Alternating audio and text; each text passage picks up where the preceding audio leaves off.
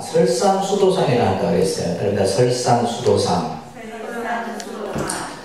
자, 이 설산수도상을 우리가 이제 볼 때 설산이라고 하니까 뭐 눈 덮인 산에 들어가시는 게 아닙니다. 이 설산이라는 의미는 뭐냐면 고행을 뜻하는 거예요.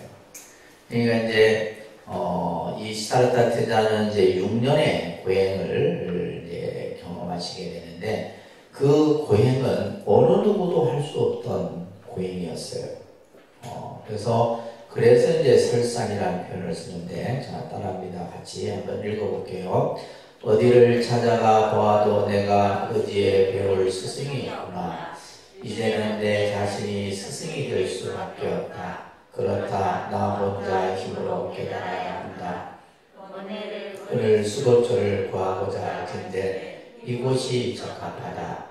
내 이제 여기서 번뇌를 끊으리라. 이렇게 이제 설하신 말씀이 있습니다. 그래서 앞에서 이제 육사외도의 가르침을 받았지만은 결국 그들이 추구하는 목적과 부처님이 이제 그죠 출가했던 목적이 서로 다름을 알고서는 이제는 자기 자신 혼자서 수행의 길을 가야 되겠다는 생각을 합니다. 그러면서 이제 그 수행처를 찾고자 할 때 니련사나 강가라고 하는 그 강의 보리수 나무 아래에서 이제 이곳이 내가 수행하기에 적합하다. 그러면서 내 이제 여기에서 번뇌를 끊으리라라고 하는 이런 이제 구절이 나오는데, 자, 이게 지금 그 유명한 부처님의 고행상입니다. 고행상. 스크린 한번 보세요. 여기 보면 서가모니 부처님의 고행상인데 말 그대로 뼈만 그죠? 앙상하게 나와 있는 그런 아주, 이게 지금 파키스탄의 라오르 박물관에 소장되어 있는데, 이걸 이제 코로나가 발생되기 전에 저희 종단에서 파키스탄에 가서 이 고행상을 우리나라에 전시를 한번 하려고 했었었는데, 그러자마자 딱 코로나가 터져버렸어요. 이 유명한 고행상입니다. 그래서 실제 이 시다르타 태자가 어느 정도 고행을 이렇게 힘들게 했냐면 하루에 그냥 쌀 한 톨을 먹기도 하고, 때로는 이제 새들이 이 머리 위에서 새집을 짓기도 하고, 또 막 그냥 이런 이야기들이 경전에서 나와요. 정말 어느 누구도 할 수 없었던 그런 수행들을 하시게 돼요. 그래서 밑에 교재 보시게 되면 과거의 어떤 수행자라도 현재의 어떤 수행자라도 또 미래의 어떤 출가 수행자라도 이보다 더 깊고 어려운 고행을 닦는 자도 없고 닦을 자도 없으리라. 자, 이렇게 이제 이러한 고행의 모습들이 이제 나타납니다. 그런데 이제 이러한 고행, 육체적인 고행이죠. 안 먹고 안 입고 안 자고, 그래서 이러한 육체적인 고행은 결국 이제 몸만 점점 나빠진다는 것을 아시게 돼요. 그래서 이 고행이 결국 생사의 문제를 해결하는데 도움이 되지 않는다는 것을 알게 됩니다. 그러면서 부처님께서 이렇게 말씀하시죠.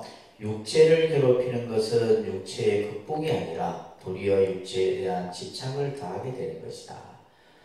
우리가 이제 수행이라고 하는 말을 얘기를 할 때, 그죠? 불교에서 수행이라고 하는 것은 결국 육체적, 정신적인 것을 닦는 것을 수행이라 얘기하는 거예요.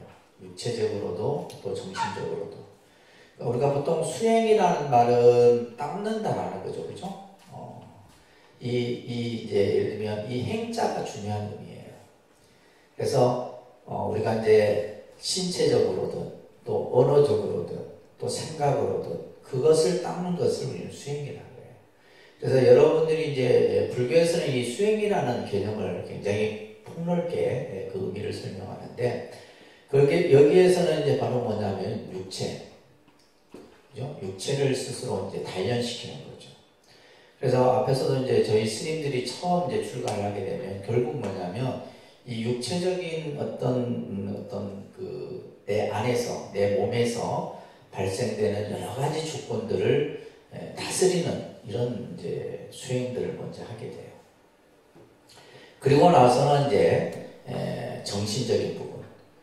그래서 우리가 보통 이제 이런 것들을 육체나 정신을 조복시킨다는 말을 쓰는데, 조복이라는 말은 뭐냐 하면 다스린다는 뜻이에요. 그래서 수행이라는 것은 뭐냐? 우리가 스스로 우리 몸을 다스리는 거죠. 몸을 다스리는 거예요. 근데 이것이 이제 예를 들면 육체의 고통을, 그죠? 예를 들면 잠을 안 자고 내가 먹질 않고 이를 하게 되면 결국 뭐예요? 몸이 상하게 돼버리잖아요.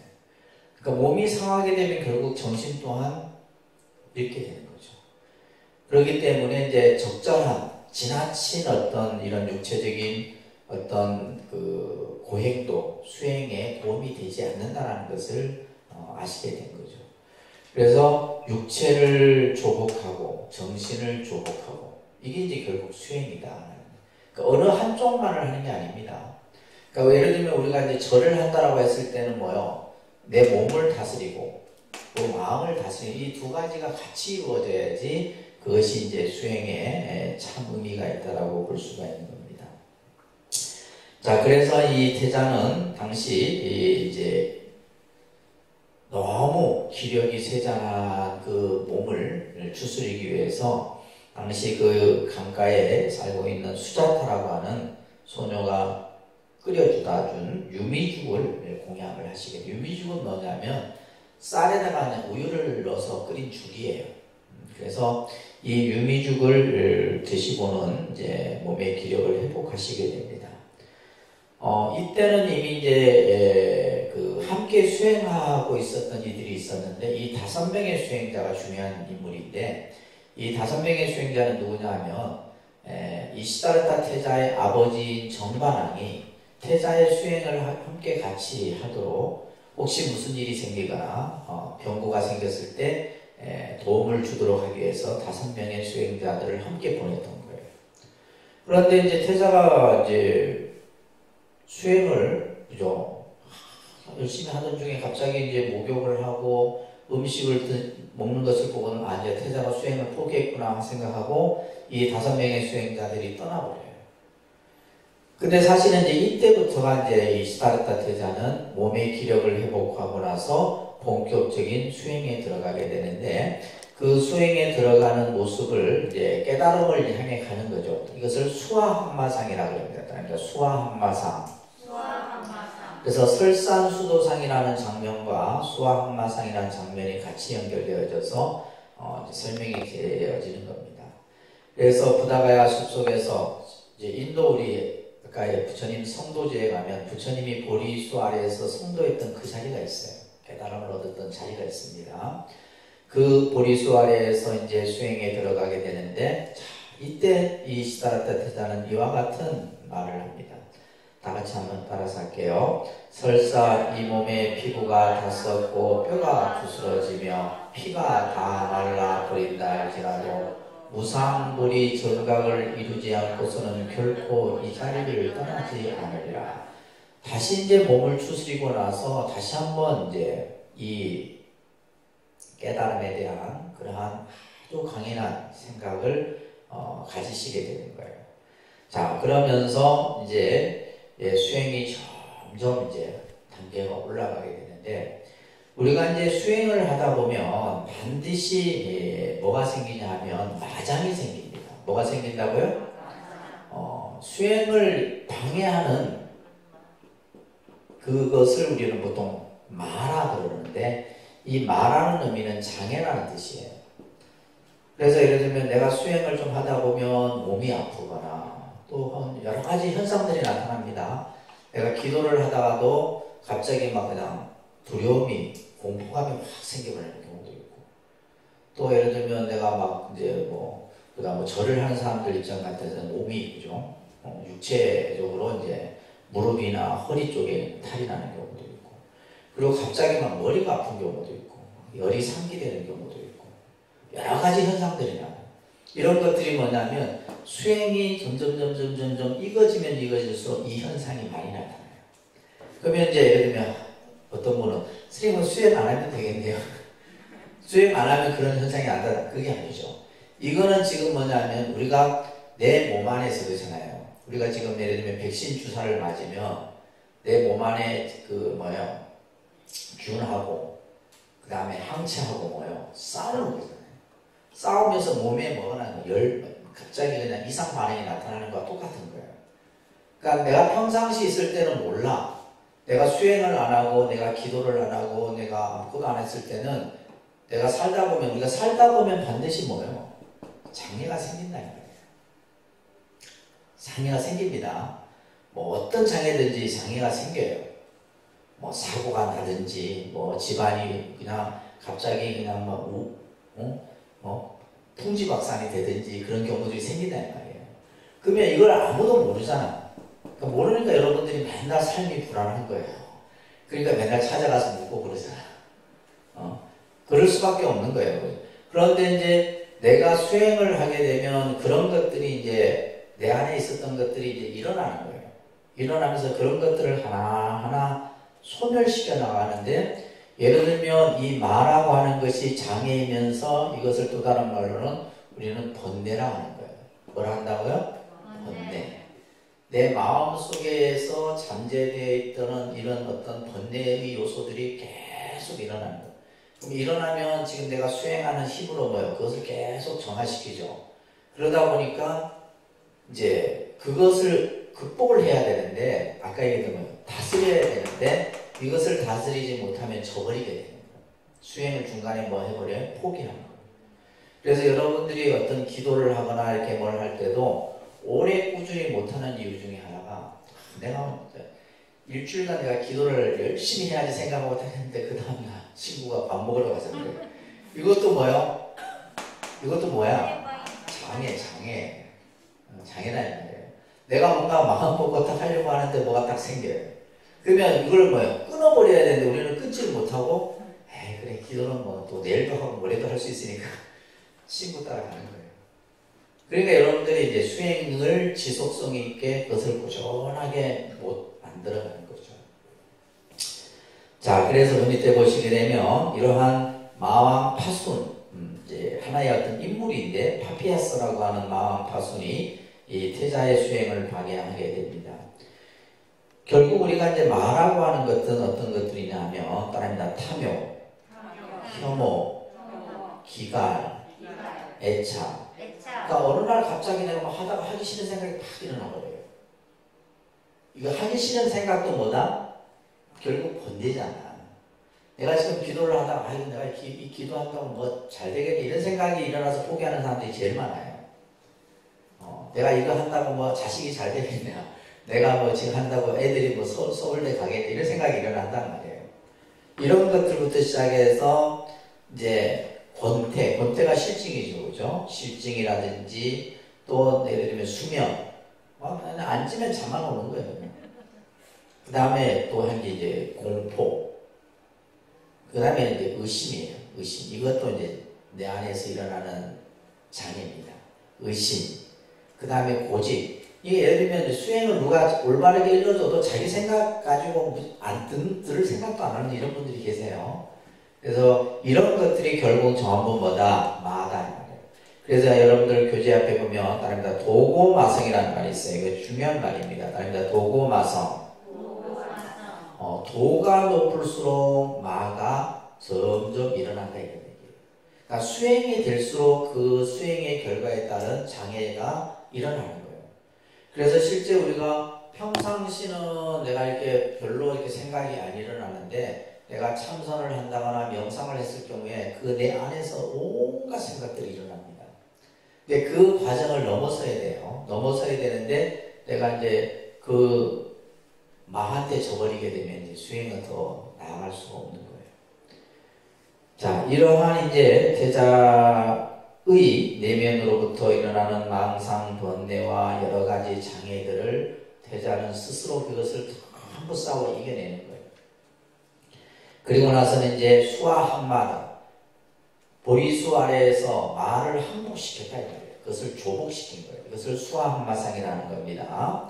자, 이렇게 말을 장애를 조복하자 드디어 선정에 들어가게 되는 거예요. 이것을 초선, 2선, 3선, 4선 이런 선정의 산매를 이루게 되고, 그리고 이제 점점 저녁부터 시작해서 새벽에 이르기까지 부처님께서는 이제 깨달음의 그 세계 속에 들어가게 되는 거예요.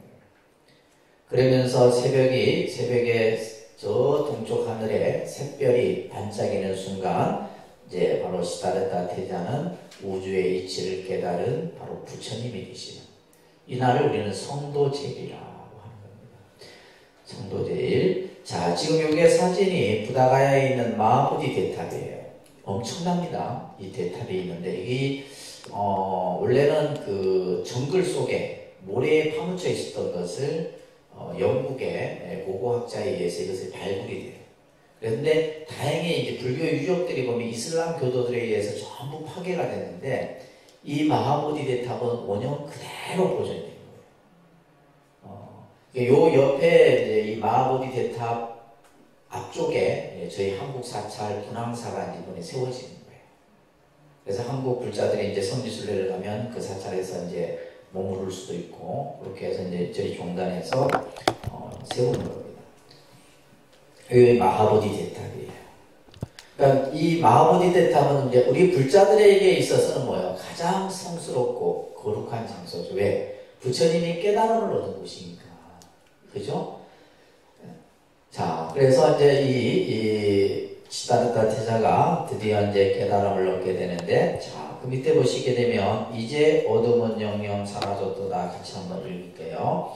이제 어둠은 영영 사라졌도다. 어둠의 구름도 모두 사라졌다. 이제 다시 생사의 길을 따르지 않으리. 채우라 선언하도록. 이 짧은 구절이 어마어마한 의미를 담고 있는 구절이에요. 자, 이게 이제 샛별을 보고 시다르타 태자가 대우주의 진리를 깨달으셨단 말이에요. 그러면서 이제 자설경이란 말은 누가 묻지 않았는데 부처님이 스스로 말씀하신 거예요. 스스로. 우리가 이만 독백 형태라고 보시면 돼요. 이제 어둠은 영영 사라졌도다. 자, 여기서 어둠이라는 의미가 이제 중요한 말이에요. 어둠. 어둠이라는 것은 캄캄한 상태를 우리는 어둠이라는데 이것을 불교에서는 무명이라 그러는 겁니다. 무명. 이 무명이라는 것은 캄캄한 어둠의 상태를 말해요. 그래서 우리가 이제 무명이라는 것은 번뇌를 무명이라고도 하고 이 무명을 다른 말로는 무지라고도 합니다. 그죠? 무지. 아무것도 알지 못하는 그런 상태를 무명, 무지라고 해요. 자, 이것이 영영 사라졌다 이 말이에요. 다시 말해서 뭐예요? 무명의 반대는 뭐예요? 광명이에요. 그러니까 광명. 무명의 반대는 광명이에요. 광명. 그래서 실제 이제 이 광명은 뭐예요? 빛이잖아요. 빛. 빛이에요. 환한 빛입니다. 이 어둠과 빛이라고 하는 두 상반되는 개념을 여러분들이 잘 이해해요. 자, 우리가 이제 불교에서 촛불도 빛이죠. 그 다음에 부처님 전에 인등을 켜는 것도 빛이에요. 또 우리가 부처님 오신 날 등불을 밝히는 것도 빛이에요. 이게 전부 무엇을 의미해요? 광명을. 내가 이것을 밝힘으로써 뭐예요? 어둠이 사라지고 광명의 지혜가 나타나는. 그래서 그리고 예를 들면 이제 부처님의 몸의 이렇게 겉에 우리가 이제 부처님의 몸의 형색을 꾸밀 때 주로 뭐래요? 금으로 하잖아요. 금이라는 이 성질이 왜 부처님의 몸을 금색으로 하냐면, 그죠? 뭐 사찰이 돈이 많아서 그런 게 아닙니다. 이 금이 가지고 있는 상징적 요소가 있어요. 금은 뭐예요? 모든 것을 끊어낼 수가 있어요. 금은 모든 것을 끊어낼 수 있고, 그렇지만은 자기 자신은 부서지지 않아요. 그러면서 금은 뭐예요? 어두운 가운데 있어서도 금은 반짝반짝 빛나요. 그래서 우리가 이제 부처님의 이 법신의 모습을 금색으로 표현한 것은 바로 전부 뭐와 관련된 거다? 광명, 빛을. 그래서 어둠을 빛으로 만드는 거예요. 캄캄한 어둠의 상태를 빛의 모습으로 나타내는 겁니다. 그래서 어둠이 사라졌다는 것은 다시 말해서 뭐예요? 광명의 빛으로 이 세상을 환하게 밝히셨다는 거예요. 그러면서 이제 다시는 뭐다? 생사의 길을 따르지 않겠다. 생사. 이 말이 중요한 말이에요. 생사의 길을 따르지 않는다는 말은 윤회하지 않겠다 이런 말이에요. 그래서 불교는 윤회로부터 벗어나는 길이에요. 다시 말해서 우리가 예를 들면 인간의 몸을 받았다가 뭐 천상에 태어났다가 다시 뭐 또 죄를 지으면 뭐 지옥에 떨어졌다가 이건 다 윤회거든요. 그러니까 기존에 이제 인도의 사상은 윤회 사상인데 그 윤회 사상을 가지고 불교는 뭐냐면 윤회하지 않는 길을 보여주신 거예요. 그래서 나는 다시는 윤회의 길을 따르지 않겠다. 그래서 우리의 목적은 뭐다? 윤회에서 벗어나는 겁니다. 아셨죠? 그러니까 예를 들면 뭐 천당에 태어나고 이게 우리가 가고자 하는 길이 아니에요. 불교는. 그래서 불교는 서양의 종교에서 말하는 그런 어떤 개념하고 다릅니다. 그래서 우리는 윤회의 길을 벗어나고자 하는 데 있는 거예요. 이것을 고뇌의 제후라 선언합니다. 시다르타 태자는 인간이 갖고 있는 모든 고뇌, 번뇌를 그죠? 다 이것을 해결함으로써 부처가 되셨는데 그 깨달음을 자, 이 구절을 이 용어 잘 기억하셔야 돼요. 따라합니다. 무상, 정등, 정각. 따라합니다. 무상, 정등, 정각. 무상, 정등, 정각이라 이렇게 하는데 이것을 인도 말로 표현하면 안욕따라 삼명삼보리 이렇게 표현했다. 안욕따라 삼명삼보리. 안욕따라 삼명삼보리 이렇게 이제 하게 되는데 우리가 이제 불교 용어들이 보면 이제 주로 인도에서 불교가 출현했기 때문에 인도의 언어인 산스크리트어를 기본 용어가 이제 나오죠, 그죠? 그래서 산스크리트어를 우리가 보통 버머라 그래요. 그러니까 버머. 인도 고대어입니다. 그러면 이 인도 고대의 언어인 버머가 결국 이제 이 번역을 하는 작업을 통해서 이것을 역경이라고 해요. 경전을 번역을 합니다. 그래서 번역을 하게 되는데 뭘로 번역해요? 이제 주로 한자어로 이제 불교가 중국으로 전래가 되죠. 그죠? 실크로드를 타고 중국으로 전래가 되면서 인도의 승려가 중국을 가기도 하고 중국의 승려가 인도로 오기도 해요. 대표적인 인물이 바로 뭐예요? 현장법사거든요. 그러니까 우리가 이 말하는 서유기, 손오공의 인물이 바로 현장법사 같은 분은 중국 장안에서 당나라 때 인도 실크로드를 타고 천추를 가죠. 그래서 이분이 쓴 그 기행문이 뭐예요? 왕호천축국전이라고 유명한 기행문이죠. 그래서 그 왕호천축국전의 기록에 보게 되면 장안으로부터 출발을 해서 인도까지 들어가는 모든 그 기록들이 전부 나와요. 그래서 이제 이 현장 스님은 중국 스님으로서 인도에 들어가서 불서, 경을 가지고 중국으로 다시 건너와서 번역을 한 거예요. 그죠? 또 아니면 인도 스님이 인도 범어를 가지고 중국에 들어가서 또 번역을 하고. 그러니까 이분들은 뭐냐면 일단 언어학이 뛰어난 분들이에요. 우리가 예를 들면 이제 번역한 사람들은 언어학이 뛰어난 사람들이에요. 언어학이. 그래서 한자어로 번역이 되죠. 한자어가 다시 뭘로 번역되고? 한글로 번역. 그리고 이제 인도의 불교가 저쪽 인도 바로 밑에 있는 나라가 스리랑카죠. 오늘 그러니까 스리랑카가 지금 이제 뭐 거의 나라 부도 위기에 지금 처해 있는데 스리랑카도 이제 불교 국가예요. 근데 원체 불교 국가인데 아무튼 좀 이게 그러니까 통치자들이 너무 독재를 하다 보니까 경제가 안 되는 거예요. 그러다 보니까 이제 나라들이 어려운데 미얀마도 그렇고 그죠. 또 태국도 마찬가지고. 그러니까 대표적인 다 불교 국가 나라들인데, 그러니까 이 이제 그 버머로 된 경전이 이제 스리랑카로 가서 스리랑카에서 쓰여진 언어가 빨리어입니다. 이 빨리어. 요 경전이 이제 요게 지금 수록된 빨리 경전이라잖아요. 그죠? 요 경전이 이제 바로 이 버머로부터 인도로부터 다시 스리랑카로 와서 오는 거예요. 이 스리랑카는 여러분들 영국 식민 지배를 당합니다. 스리랑카, 미얀마, 또 그쪽 동남아 지역이 주로 프랑스나 영국 식민지 지배를 당해요. 그래서 프랑스나 영어권에서 이 경전들이 주로 부처님 경전들이 프랑스어로 많이 번역이 돼요. 프랑스어, 그 다음에 영어, 그 다음에 이제 중국 같은 경우는 티베터 이런 식의, 그 다음에 일본어. 근데 언어가 아니고 사실은 불교학은 언어학이라 해도 과언이에요. 아셨죠? 여러분들한테 이걸 요구하면 안 되겠죠. 근데 이제 우리가 그래서 사실은 용어가 어려운 거예요. 왜? 그러니까 불교가 어려운 게 아니고 부처님의 가르침이 어려운 게 아니고 용어를 이해하는 게 어려운 거예요. 무슨 말인지 아시겠죠? 그래서 이제 여러분들이 기본 과정에서는 용어를 잘 이해하는 것이 가장 중요한 개념이에요. 그렇잖아요. 우리도 예를 들면 저야 이제 뭐 불교 언어를 많이 이제 접해봤기 때문에 용어에 대한 이해가 있기 때문에 경전을 보든 뭐 한문 경전을 보든 어떤 경전을 보든 제가 다 이해를 하잖아요. 근데 예를 들면 제가 의학서적 보면 이제 뭐예요? 용어를 보니까 뭐 이게 무슨 말인지 모르는 거 똑같은 거예요.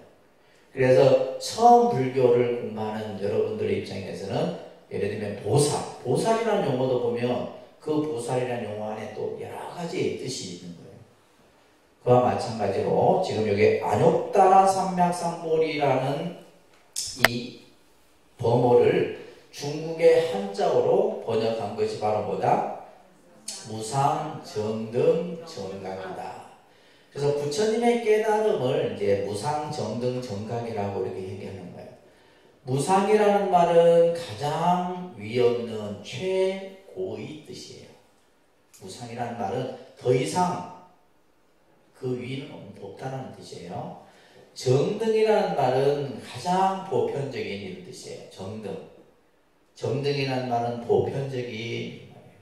예를 들면 이것은 누구 한 사람만이 깨달을 수 있는 것이 아니라 누구나가 다 깨달을 수 있다 이런 뜻이에요. 그 다음에 마지막이 정각이라는 바른 깨달음이다. 그러니까 무상, 정등, 정각. 이것을 경전에서는 안욕따라 삼맥삼보리 이렇게 합니다. 그러니까 안욕따라 삼맥삼보리. 그쵸? 이게 무슨 발음도 어려운데 그죠? 발음도 어려워요. 그래서 여러분들 이제 보면 신행집 한번 펴보실래요? 신행집 펴보시면 이제 이 경전들에 보게 되면 이제 이 안욕따라 삼맥삼보리가 이 323조 한번 봐보세요. 323조.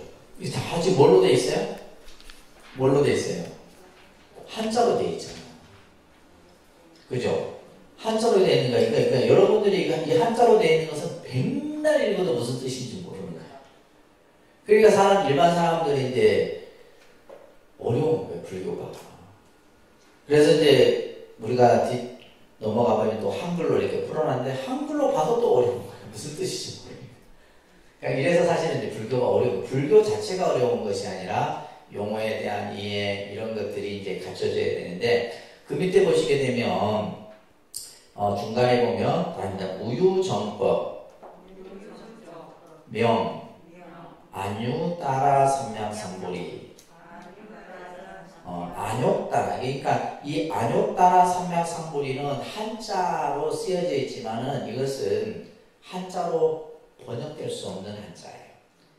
소리 나는 대로 번역을 해놓은 겁니다. 그렇기 때문에 안욕따라 삼맥삼보리가 이것을 번역해보세요. 번역할 수 있는 사람은 이 세계에 아무도 없다. 이거는 그냥 뭐요? 소리 나는 대로 번역이라 해서 음역이라 그래요. 그러니까 음역이 있어요. 그러니까 그러면 우리가 이해하려고 하면 뜻으로 이해를 해야 되는데 그 뜻이 바로 뭐다? 무상, 정등, 정각이다 이런 뜻이에요. 그러니까 이 지금 금강경 같은 데서 보면 안욕따라 삼맥삼보리가 수십 번, 수백 번 나와요. 그래서 이 안욕따라 삼맥삼보리는 부처님의 깨달음을 말하는데 그래서 떠납니다. 무상, 정각. 그래서 부처님의 깨달음을 최고의 깨달음이라 해서 무상, 정각이라. 아니면 정등, 정각이라고도 하고 그 다음에 또 아니면 그냥 정각이라고도 하고 자, 여기서 또 하나가 뭐냐면, 언어라고 하는 것은 다 풀어서 쓸 때도 있고, 줄여서 쓸 때도 있고, 그냥 함축해서 할 때도 있고, 다양해요. 그러니까 여러분들이 설법을 들을 때도, 분명히 똑같은 말인데도 스님들 쓰여지는 용어가 다른 거야. 예를 들면, 무상, 정등, 정각을 다 이렇게 한 분도 있고, 그냥 무상, 정각이라는 말. 그러면 이게 다 같은 말이라는 것을 이해하기까지는 많은 시간이 걸립니다. 아셨죠? 자, 그래서 부처님의 깨달음을 무상, 정등, 정각이라고 합니다. 이때 부처님이 나이가 몇 살요? 35세. 6년 고행을 아까 29에 출가했다 했죠, 그죠? 그래서 29에 이제 고행의 길에 들어서서 35세 깨달음을 얻어서 부처님이 되시는데, 이때가 이제 12월 8일입니다. 다른 12월 8일. 이날을 이제 성도제일이라고 합니다. 그래서 부처님, 우리가 불교에서 가장 기쁘고 한이로운 날은 성도제일이에요. 사실은 부처님 오신 날이 아니에요. 아니, 부처님이 오셨더라도 우리가 예를 들면 출가를 하지 않았고 깨달음을 얻지 않았다면 불교라는 종교는 존재할 수 없어요. 그래서 사실은 이제 불교에서의 핵심 기념일은 성도제일입니다. 근데 이것이 이제 국가 공휴일 개념으로 부처님 오신 날을 이제 하다 보니까 우리가 부처님 오신 날 이렇게 막 등도 달고 막 이제 축제도 하고 이런 것이지, 사실은 부처님 오신 날보다도 더 기쁜 날이 무슨 날이다? 성도제일. 성도제일이다. 기독교인들이 부활절을 크게 의미 있게 하듯이 마찬가지예요. 근데 우리 불자들은 성도제일이 뭔지도 몰라. 절에 보지도 않아요. 이래도 되겠어요? 안 되겠죠? 그죠? 그래서 여러분들이 제대로 배워서, 예를 들면 이제 성도제일에, 그래서 우리가 이제 예전부터는 성도제일 하루 전날부터 철야 정진을 했었죠. 해인사 같은 경우에는 일주일간 스님들이 철야 정진을, 잠을 자지 않고 이제 성도제일 새벽까지 하는 거예요. 왜 새벽까지 하냐? 부처님이 새벽에 깨달음을 얻으셨기 때문에 그 전날부터 해서 새벽까지 정진을 하는 이런 이제 그 수행 풍습들이 남아 있었는데, 코로나 이후로 싹 모든 게 스톱이 됐었죠. 스톱이 됐는데 이제 모르겠어요. 이제 올해 성도제일 때는 또 좀 하게 될런지 모르겠습니다. 자, 이렇게 해서 부처님께서 깨달음을 얻으시게 돼요. 깨달음을 얻고 나서 부처님은 이런 생각합니다. 내가 과연 이 깨달음을 어떻게 할 것인가? 그죠? 나 혼자 이것을 누릴 것인가? 근데 이 깨달음이라는 것은 중생들이 알 길이 없고, 과연 중생들이 이것을 믿을 수 있을까라는 생각을 하게 돼요. 여기에서 이제 유명한, 또 이제 우리가 이 범천이 등장을 하고, 아까 했던 뭐 4대문에 나가서 수행자를 보고 이런 장면들은 복선들이 많이 깔려 있는 거예요. 그래서 이 범천이 등장을 하게 되는데, 범천은 누구냐면 하늘의 신이에요. 그러니까 인도인들이 최고의 신으로 여기는, 그러니까 창조신입니다. 브라만 범천이라고 하는 신이. 그러면 왜 이 지금 부처님이 깨달음을 얻고 나서 범천이 등장을 했냐라고 하는 것은 결국 뭐냐면, 불교라는 종교는 신 위에 있는 종교다라는 걸 얘기하는 거예요. 무슨 말인지 아셨어요? 이걸 여러분들이 제대로 알아야 된단 말이에요. 그래서 부처님이 나중에 이제 우리가 보면 또 이제 그 경전 속에 보면 부처님이 도솔천에 올라가시게 되는데, 천상세계에 올라갔다가 지상으로 내려올 때 그 인도의 신인 범천과 인드라 신이 부처님을 맞이하는 그런 장면이 나와요. 그러니까 그런 것들을 봤을 때 이제 부처님이라고 하는 이 붓다라고 하는 존재는 신보다도 위에 있는 존재의 의미를 얘기하는 겁니다. 자, 범천이 등장해서 부처님께 법을 설해 주시기를 청합니다. 이게 중요한 장면이에요. 그것을 범천의 권청이다 라고 하는 장면인데, 그 밑에 나오는 구절은 여러분들이 외우셔야 되는 구절이에요. 중요한 구절이. 아셨죠? 시험을 보면 딱 이 문제가 나오는 구절인데, 자, 같이 한번 소리내서 읽습니다. 중생들의 근기는 각각 다르리라.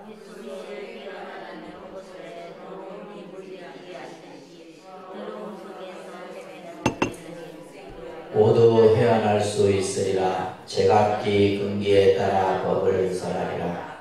하늘의 신이여 그대의 청을 받아들여 내 이제 감노의 문을 여노니 모든 세상의 중생들아 귀 있는 자는 들으라. 낡은 믿음을 버리고 라는 아주 유명한 부처님의 경전 구절입니다. 자, 여기에서 이제 범천이 하늘의 신인 범천이 부처님이시여 고통받고 있는 중생들을 위하여 부처님이 깨달으신 그 진리를 중생들에게 설해 주십시오.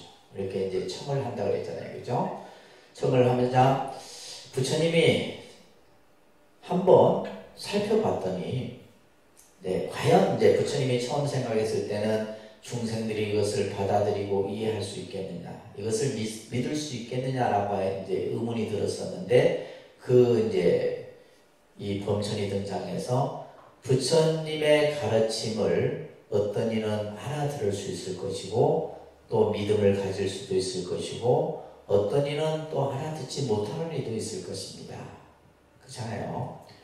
그것이 이제 불교에서 많이 쓰여지는 용어가 근기라는 용어예요. 바랍니다. 근기.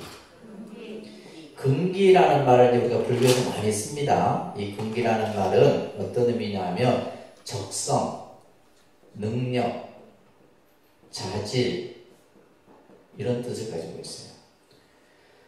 사람마다 근기가 다 다르죠. 이 자리에 앉아 계신 여러분들도 근기가 다릅니다. 여러분들 자식들도 마찬가지예요. 근기가 각기 다 달라. 어떤 사람은 머리가 좋은 사람, 어떤 사람은 그죠? 말을 잘하는 사람, 어떤 사람은 글을 잘 쓰는 사람, 또 축구 선수들은 뭐야? 발재주가 좋은 사람이고 다 달라요. 똑같을 수가 없어. 그래서 그런 개념으로 쓰여지는 불교 용어가 뭐라? 근기예요. 근기. 그러니까 근기를 잘 살펴야 되는 거예요. 근기를. 그래서 우리가 이제 일반 여러분들 자녀 교육에 있어서도 여러분들은 근기를 안 살피잖아요. 자식이. 우리 아이가 뭘 잘하는지, 뭘 하고 싶은지. 이게 아니라 그냥 천편일률적으로 학원 보내니까 다 같이 학원 보내고. 예를 들면 다 학원 보낸다고 뭐 다 서울대 가나? 다 아니잖아요. 서울대 가도 적성에 안 맞으면 못 다니는 거예요. 심지어 예를 들면 예를 들면 의사고시 합격해서 의사 하더라도 근기가 안 되면 의사 때려치우는 거예요. 요즘 젊은이들이 그렇다고. 예를 들면 다 공무원 시험 보는 거, 공무원 시험은 쳤는데 또 적성에 안 맞아. 예를 들면 또, 다 마찬가지예요. 이런 것들이 뭐냐면 각자 자기의 근기가 각기 다르다는 거예요. 그래서 우리가 이제 근기에도 보면 말합니다. 상근기, 중근기, 하근기, 이렇게 이제 상중하로 나눠지는 거예요. 그 상근기는 뭐냐면 근기가 수승한 사람을 상근기라고 해요. 그러니까 한 번 들으면 다 알아듣고 다 그냥 깨우치는 거예요. 그러니까 뭔가 이렇게 공부를 하나를 가르치면 뭐예요? 열을 아는 사람은 상근기겠죠. 하나를 가르치면 열을 알아요. 그러니까 근기가 수승한 사람이에요. 예를 들면 우리가 이제 불교의 큰 스님들 중에서도 보면 우리가 큰 스님이라는 분들을 보면 근기가 수승하신 분들이에요. 이미 이제 이분들은 전생에서도 따가운 분들이라고 할 수가 있는 거예요. 그 다음에 이제 중근기는 말 그대로 뭐예요? 중간. 하나를 가리키면 한 5개 정도는 이해하는 정도. 중근기. 하근기는 뭐예요? 하나를 가리키면 하나를 알 듯 모를 듯. 여러분들은 어디에 해당되세요? 왜 여러분들 스스로를 그렇게 비하해요? 네? 자, 이렇듯이 중생들의 근기는 각각 다르다. 그죠? 중생은 근기가 달라. 그래서 불교의 설법은 근기에 따라 설해지는 법이에요. 근기에 따라서 그 개념을 우리가 이제 대기설법이라고 합니다. 말합니다. 대기설법. 부처님의 설법은 대기설법이에요. 부처님의 설법은 대기설법입니다. 그러니까 예를 들면 유치원생에게 맞는 법이 있고 초등학생에 맞는 법이 있고 중고등학생에 맞는 법이 있고 다 달라요. 똑같은 부처님의 말씀을 가지고 그 근기에 맞게끔 설해줘야 되는 거예요. 이게 이제 불교, 그래서 이제 부처님의 교설이 8만 대장경이라고 하는 8만 4천의 진리가 나온 이유가 바로 중생의 근기가 각각 다르기 때문에 그 설하는 법 또한 다르다는 거예요. 그렇기 때문에 다양한 겁니다. 아셨죠? 근기가 다양하기 때문에 다른 거예요. 물속에 피어나는 연꽃에 더러움이 물들지 않듯이, 그죠? 연꽃은 더러움이 물들지 않습니다. 오타각세 속에서 헤매는 중생이라도 모두, 그죠? 그 오타각세 속에서 헤어날 수 있으리라. 그러면서 제각기 근기에 따라 법을 설하리라. 예, 근기에 따라서 법을 설한다. 그래서 이제 내가 예를 들면 기본 과정을 들어도 잘 모르겠다. 또 듣는 거예요. 또 듣고 내가 그것을 이해할 때까지 들어야지. 우리는 그냥 뭐 여러분들이 저 같은 경우도 지금 한 주지하는 거 빼고 한 20년을 학교를 다녔는데, 예, 불교 공부한다고 학교를 다녔는데도 모르는데, 여러분들은 뭐 1, 2년 해갖고 뭐 불교를 안다고 이렇게 생각하면 큰 오산이죠. 그러니까 예를 들면 어렵다는 생각도 가질 필요 없어요. 여러분들이 뭐 1, 2년 해갖고 그것을 뭐 쉽게 이해하고 한다는 것은 뭐예요? 상극이죠, 상극이. 근데 예를 들면 어렵다라는 생각할 것도 없고 내가 쉽다라는 생각도 할 필요가 없는 거예요. 근기에 따라 법을 설하리라. 하늘의 신이여, 그죠? 하늘의 신이여, 그대의 청을 받아들여 내 이제 감로의 문을 연다. 진리의 문을 여노니 세상의 중생들아, 뭐라 그랬어요? 귀 있는 자는 들어라. 귀 있는 자는 들어라. 마지막에 낡은 믿음을 버리고, 그죠? 귀 있는 자는, 우리 현수막으로 있잖아요. 귀 있는 자는 들어라. 낡은 믿음을 버리고라는 이 구절이 여기서 쓰여진 거예요. 그래서 낡은 믿음이라는 것은 기존에 인도인들이, 인도 사회가 가지고 있었던 여러 가지 신 중심의 그런 믿음들, 그죠? 신이 모든 것을 결정하고, 신이 모든 것을 창조하고, 신에 의해서 모든 것이 행복과 불행이 결정된다라고, 이런 것에 대한 믿음을 다 버려라는 거예요. 자, 그러면서 부처님은 이러한 깨달음을 통해서 우리 중생들에게 캄캄하고 어두운 우리의 마음을 환하게 밝힌 이러한 이제 설법의 길로 나가시게 되는 겁니다. 자, 오늘은 여기까지만.